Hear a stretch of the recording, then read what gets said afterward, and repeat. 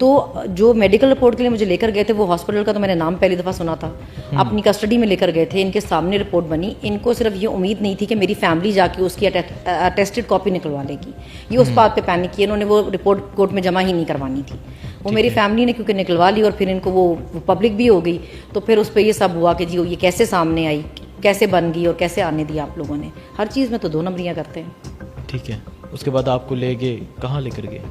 اور پہلے کسی ایک اور تھانے میں لے کر گئے, وہاں پہ گھنٹہ 2 گھنٹے بٹھایا, پھر کسی فیمیل کو بلایا, جب ٹویٹر پہ سارا شور مچ گیا تو پھر آ کے کہنے لگا کہ جی اس کی بہن نے کوئی آڈیو لگا دی ہے اور وہ ہم کوئی ریکارڈنگ ہوگی ہوئی ہے ہمارے ساتھ جو خواتین تھیں ان میں سے کسی نے کسی کو کال میں لائی ہوئی تھی تو وہاں ریکارڈنگ ہوگی, تو وہ میری بہن نے فلک نے لگا دی ٹویٹر پہ, پھر وہ کرنے لگے کہ اس کی تو ریکارڈنگ لگا دی ہے کہ ہم نے اٹھایا ہے ان کو اور ہمارے نام وام بھی لے رہے ہیں کچھ ہم اس ریکارڈنگ میں, تو اب تو جی کورٹ لے کے جانا پڑے گا. پھر انہوں نے ایک فیمیل بلائی, پولیس والی ایک ہی تھی اس وقت, بعد میں آئی تھی وہ بھی 2 گھنٹے بعد پولیس اسٹیشن میں, پھر وہ مجھے وہاں سے پھر وہ لٹن روڈ لے کر گئے اور پھر اس کے بعد انہوں نے اگلے دن مجھے کورٹ پیش کیا. پہلے مجھے ارادہ نہیں لگ رہا تھا ان کا کورٹ پیش کرنے کا. اچھا, پہلے غائب کرنے کا ارادہ؟ ہاں, پہلے نہیں لگ رہا تھا ان کا, وہ تو فلک نے لگا دی آڈیو میں, نہیں تو ان کے ارادے نہیں لگ رہے تھے. تو آپ سمجھتی نہیں ہے کہ آپ کو غائب کر دیا جائے گا؟ اور پھر ہم نے دیکھا آپ کی زبان یا آپ کا بولنا تو ویسے ہی ہے. دیکھیں اس دفعہ مجھے سب نے یہ کہہ کر بھیجا کہ ڈاکٹر یاسمین, اعجاز انکل, سب نے کہ بیٹا تمہارے ساتھ تو یہ بہت ہی زیادتی کرتے ہیں تو تم اس دفعہ بہت احتیاط کرنا نا, تو تم تھوڑی دیر مت بولنا یہ وہ. تو میں نے ان کو بولا کہ یہی تو طریقہ ہے ڈرانے کا نا, یہ اسی طرح تو آپ کے ذہنوں کو قابو کر رہے ہیں ڈرا کے کہ جی ہم غائب کر دیں گے اور یہ کر دیں گے, اور مطلب میں نے ایسی کیا بات کی ہے جو کوئی قانون کے خلاف ہے. ہم نے اس ملک میں آپ نے بولا کیا تھا؟ میں نے صرف اتنا بولا تھا کہ اپنے کرنے والے کام کریں جو آپ کے کرنے والا کام ہے. آپ کا کام بارڈر پہ جانا ہے, جائیں بارڈر پہ جائیں اور اپنا کام کریں. اگر اپنا کام کرنے کے لیے کسی کو کہہ دو اس ملک میں اور اس پہ بھی آپ کو موت آ جائے کہ جی ہمیں ہمارا کام کرنے کے لیے کیوں کہہ دیا, تو میری نظر میں تو میں نے کوئی گناہ نہیں کیا نا. اس ملک میں ہم نے توہین کے پرچے اس طرح تو سنے تھے کہ کوئی نبی پاک کی شان میں گستاخی کر دے یا قرآن پاک کی شان میں گستاخی کر دے, مگر آج کل تو انسان ہی اپنے آپ کو ان سے اوپر سمجھ رہے ہیں, نعوذ باللہ, وہ تو خود کو خدا سمجھ رہے ہیں. آپ دیکھیں کس طرح بے شرمی سے قانون پاس ہو رہے ہیں کہ جی ہمارے لیے یہ نہیں بولا جا سکتا. آپ ہیں کون جن کے لیے یہ نہیں بولا جا سکتا؟ سب کے سب سرکاری ملازم, سب کے سب عوام کے پیسوں پہ رکھے ہوئے ملازم ہوں, لیکن آپ سے سوال نہیں ہو سکتا, اس پہ آپ توہین کے پرچے کریں گے کہ ہماری شان میں توہین ہوئی.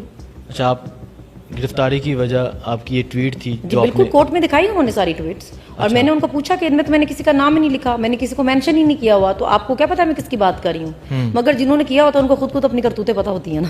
اچھا, کون سی ٹویٹ تھی؟ سب تھی جی, لکھا ہوا جی بارڈر پہ چلیں, اور وہ کہہ رہی ہیں دیکھیں جی مائیں بہنیں اٹھانے میں نمبر 1, اور لوگوں کے گھروں میں دیواریں پھلانگنے میں نمبر 1, عزتیں اچھالنے میں نمبر 1, لوگوں کو جبری گمشدہ کرنے میں نمبر 1. تو میں نے کہا جی نام تو میں نے پھر بھی ان میں سے نہیں کسی کا لکھا ہوا, مگر جو نمبر 1 ہے ان کو پتا تو ہے نا کہ ہم ہی نمبر 1 ہیں. تو ان کو بہت برا لگا پھر یہ. اچھا, مطلب یہ جو ٹویٹس آپ نے آخری ٹائم کی وہ کورٹ میں بھی جی دکھائی جی, پوری کی پوری سب ٹویٹس دکھائی ہوئی تھی, پرنٹ ہو گیا سب کے سب انہوں نے پرنٹ کی ہوئی تھی, اور سارا پورا وہ لے کے آئے ہوئے تھے اسکرین شاٹ ساری کی ساری. ٹھیک ہے, آپ سے آ کے کوئی ڈیمانڈ کی گئی وہاں یا کچھ پیغام دیا گیا کہ بی بی اب خاموش ہو جاؤ, بس بہت برداشت کر لیں؟ نہیں, انہوں نے اس دفعہ یہ کیا نا کہ مجھے انہوں نے اسپیشل ان کو جیل میں انسٹرکشنز دی گئی کہ جی اس کو ڈاکٹر یاسمین کے ساتھ نہیں رکھنا, اور جو دوسری کرمنلز ہیں ان کے ساتھ ان کو رکھنا ہے. تو پھر مجھے ان کے ساتھ ان کے سیل میں رکھا گیا. کوئی ظاہر مرڈر میں تھی, کوئی ڈرگ کیس میں تھی, کوئی کڈنیپنگ میں تھی, کوئی فراڈ میں تھی, ڈفرینٹ کیسز میں خواتین تھی وہاں پہ. تو اس بیس پہ انہوں نے میرے گھر والوں کو بلیک میل کیا نا, ادھر ان کو میرے ابو کو کال کر کے ڈراتے تھے کہ یہ جو ہے نا ہمارے ایکسیس میں ہے جیل میں نا, ہمیں پتہ ہے کدھر ہے, کس سیل میں اور کن خواتین کے ساتھ ہیں. تو اس طرح وہ میرے ابو کو بلیک میل کرنے کی کوشش کرتے تھے اور ان کو ڈرانے کی کوشش کرتے تھے. میرے ابو نے یہ جج کے سامنے بتایا کہ مجھے اس طرح کالز آ رہی ہیں, تو میں تو آرام سے کھڑی تھی. تو جج نے کہا کہ آپ کی بیٹی تو آرام سے کھڑی ہوئی ہے, وہ تو مطلب نہیں ڈر رہی ہیں. تو پاپا نے کہا کہ جی یہ تو ڈرتی ہی نہیں ہے, یہ ڈرے گی تو تبھی مسئلہ حل ہوگا نا, مسئلہ یہ ہے کہ یہی نہیں ڈرتی ہے. تو میں تو آرام سے کھڑی تھی. میں نے کہا آپ کو وہ ڈرائیں گے, یہی کرنا انہوں نے, اور کیا کریں گے. آپ کے ابو نے ایک انٹرویو دیا, میری ان سے بات ہوئی, تو وہ انٹرویو میں کہہ رہے تھے کہ آپ کو کہا گیا کہ 5 سال صنم جیل سے نہیں نکلتی. جس نے مجھے کہا ہوتا اس کی خیر نہیں تھی, پھر 5 سال میں نے اس کا پیچھا نہیں چھوڑنا تھا. مجھے نہیں کہا گیا, یہ میری امی آئیں جیل میں میرے سے ملنے, اور پھر عتیق آئے. تو یہ ایک ہمارے جیل میں ڈپٹی سپرنٹینڈنٹ تھے کامران صاحب کوئی, انہوں نے ایک دفعہ میری امی کو پکڑ لیا کہ جی آپ اپنی بیٹی کو تمیز نہیں سکھاتی اور یہ بولتی اتنا ہے, یہ نہ بولا کرے, اس کی زبان قابو کریں. تو میری امی نے ان کو آگے سے کہا کہ جی میری بیٹی سچ بولتی ہے, جس دن جھوٹ بولے گی نا میں اس کی زبان قابو کر لوں گی. تو اچھا پھر ٹھیک ہے, پھر آپ کی مرضی ہے, پھر 5 سال جیل میں سڑے گی. مطلب وہ میری امی کو یہ میسج دینا چاہ رہے تھے کہ ہم نے اس کو 5 سال جیل میں رکھنا ہے. پھر عتیق کو ایک دن پکڑ لیا کہ جی آپ کی بیوی ہے, آپ سمجھاتے نہیں, آپ اس کو چپ کروائیں. تو انہوں نے کہا کہ جی مطلب غلط کیا بولتی ہے نا صرف, اور کیا کرتی ہے. تو وہ پھر مجھے جب پتا چلا, تو پھر آپ کو پتہ ہے میں تو اتنی نہیں ہوں کہ میری زبان تو سب کو پتہ ہی ہے اللہ کے فضل سے وہ کسی کے آرڈر پہ تو نہیں چل سکتی. تو میں نے تو سپرنٹینڈنٹ کو ہی پکڑ لیا. میں نے کہا جی آپ کا ڈپٹی جو ہے وہ ہو کون میرے گھر والوں کو یہ کہنے والا, میری زبان اس کا مسئلہ ہی نہیں ہے, وہ میرا مسئلہ ہے. جو مجھے صحیح لگے گا میں بولوں گی. میں 5 سال رہوں یا 50 سال رہوں, اس کے گھر تو پھر بھی نہیں آنے والی ہوں, نہ 5 سال بعد نہ 50 سال بعد. تو وہ اپنے گھر کی خواتین پر نظر رکھے نا. میرے لیے اس کو بالکل پریشان ہونے کی ضرورت نہیں ہے. ویسے بھی جیل میں جو آپ کے سارے کام چل رہے ہیں وہ ٹھیک نہیں چل رہے, جو طریقے ہیں آپ کے جیل کے نا, تو آپ کا فوکس ان پہ ہونا چاہیے, دوسری عورتوں پہ نہیں ہونا چاہیے. ٹھیک ہے. اس دفعہ آپ نے 61-62 ڈیز 62 دن جیل میں گزارے, کیسے گزرے ہیں دن آپ کے؟ جی دن تو پہلے بھی مشکل ہی تھے. اس سے پہلے بھی آپ 14.5 ماہ گزار رہی ہیں, تو تھوڑی سی ٹریننگ تو ہو چکی ہے آپ کی کافی حد تک. دیکھیں جب آپ پہ ایک چیز آئی ہے تو وہ تو پھر آپ نے کرنی ہے. اب رونے دھونے کا تو فائدہ ہے نہیں, یا آپ رو کے کر سکتے ہیں یا آپ ہنس کے بھی کر سکتے ہیں. تو ہم نے ہنس کے کیا. جو لوگ دیکھنا چاہتے ہیں کہ ہم ڈریں یا ہم روئیں یا ہم پریشان ہوں یا ہم شکوے شکایتیں کریں, ہم ان کو موقع نہیں دیتے. ہم ٹرائل پہ تقریباً ہفتے میں 5 دن جاتے تھے. ایک فرائیڈے والا دن آف ہوتا تھا, تو ہم سب وہاں اکٹھے ہوتے تھے اور ہم خوب ہنستے تھے. ایسے لگتا ہی نہیں تھا جیسے ہم ٹرائل پہ آئے ہیں, ہم لگتا تھا ہم پکنک پہ آئے ہیں. اور جتنے یہ جھوٹی گواہیاں دینے والے بیٹھے ہوتے تھے, یہ سب حیران ہو کے ہماری شکلیں دیکھ رہے ہوتے تھے کہ ہم تو ان کو بار بار میسج دے رہے ہیں کہ ہم نے آپ کو سزائیں دے دینی ہے, سزائیں دے دینی ہیں, اور یہ ہنس رہے ہیں اور گپ شپ کر رہے ہیں اور انجوائے کر رہے ہیں, ان کو کوئی فرق ہی نہیں پڑا. تو ہم یہ بتانا چاہتے تھے کہ آپ لوگوں کو ڈرانا چاہ رہے ہیں, لیکن اب پاکستان بھی سب جانتا ہے, عوام سب جانتی ہے, اور ہمیں بھی پتہ ہے کہ ہم سچ کی طرف کھڑے ہیں. ٹھیک ہے. تو اچھا یہ بتائیں کہ جیل میں دن کیسے گزرے تھے آپ کے؟ کیا کیونکہ سنا ہے کہ کافی سختی کی گئی آپ پہ, اور یہاں باقی جتنے لوگ ہیں ان پہ کافی سختی کی جاتی ہے. وہ مجھے اندازہ نہیں تھا کہ وہ میرے انٹرویوز بیٹھ کے بیچارے اتنے غور سے دیکھتے ہیں. وہ بیچارے اتنے ویلے تو خیر ہے, اس میں کوئی شک نہیں ہے, لیکن وہ کہیں میرے انٹرویوز دیکھتے رہے, اور اس میں کیونکہ بار بار یہ بتاتی رہی کہ ڈاکٹر یاسمین ہمیں کیونکہ بہت موٹیویٹ کرتی تھیں اور وہ بہت ہمارا خیال بھی رکھتی تھیں اور ہمیشہ ہمیں حوصلہ دیتی رہی ہیں. ان کی وجہ سے انہوں نے ہمیں کہا کہ ہمیشہ آپ سر اٹھا کے چلیں, اور ہمیشہ جب باہر نکلیں تو آپ کے دانت سارے باہر ہونے چاہیے, مسکراتی جایا کریں. تو انہوں نے کہیں وہ دیکھا, تو پھر انہوں نے بولا کہ جس کو ڈاکٹر یاسمین سے دور رکھنا ہے, ڈاکٹر یاسمین سے نہیں ملنے دینا. مگر کیونکہ ہمارا ٹرائل ہوتا تھا اور ہم 4 بجے تک تو ٹرائل میں ہوتے تھے روز, تو ہم وہاں سب اکٹھے ہوتے تھے, ڈاکٹر یاسمین, عمر بھائی, اجاز انکل, محمود رشید صاحب, شاہ محمود قریشی صاحب, تو ہم تو 4 بجے تک سب اکٹھے ہی ہوتے تھے. تو وہ اپنے یہ کوشش, ان کو لگتا تھا شاید کہ اب مجھے ڈاکٹر یاسمین سے دور رکھیں گے تو شاید میں کوئی بہت پریشان ہو جاؤں گی اور میری زبان قابو میں آئے گی. اپنی طرف سے بیچارے اس کوشش میں تھے کہ دوسری کرمنلز کے ساتھ اگر ہم رکھیں گے تو شاید یہ اس سے بھی ڈرے گی. پر میں ہر کسی کو پہلے بتا دیتی تھی میرے پہ 18 پرچے ہیں. اچھا. ہاں یقیناً میں ان کو بتا دیتی تھی کہ میرے پہ 18 پرچے, تم لوگ جتنی مرضی بڑی کرمنلز ہو قانون کے مجھ سے بڑی کرمنل. میں ایک ہی ٹائم میں پاکستان کے ہر شہر میں تھی. دہشت گردی کی ماشاء اللہ سے ہر دفاع ہے میرے پہ, اور کوئی ایسی ایلیگیشن ہے نہیں جو میرے پہ. آپ کو بڑی بڑی کرمنل کے ساتھ رکھا جاتا تھا کہ اب صنم ڈر جائے گی کہ یار یہ تو قاتل ہے, یا یہ اس نے یہ مرڈر کیا ہے, اس نے یہ جرم کیا ہے, تو آپ بجائے اس کے کہ وہ آپ کو ڈرائیں, آپ ان کو ڈرا دیتی تھی کہ خبردار. میں ان کو پہلے ہی بتا دیتی تھی, بولتی تھی آپ کس کیس میں بولتی تھی دہشت گردی, میرے پہ 18 پرچے, تو وہ دوسری بات ہی نہیں کرتی تھی. خاموشی ہو جاتی تھی. اچھا مجھے یہ بتائیں, جیل میں جب آپ تھیں تو بہت سی چیزیں ہوئی ہیں باہر. یہاں آپ کی ٹویٹ کے بعد جو جنگ جاری تھی, تب جنگ جاری تھی, اس کے بعد army chief general Asim Munir field marshal بن گئے. اس کے علاوہ مریم نواز نے کی کافی چیزیں سامنے آئیں. جیل کی ایک بات آپ سے پہلے پوچھ لیتے ہیں.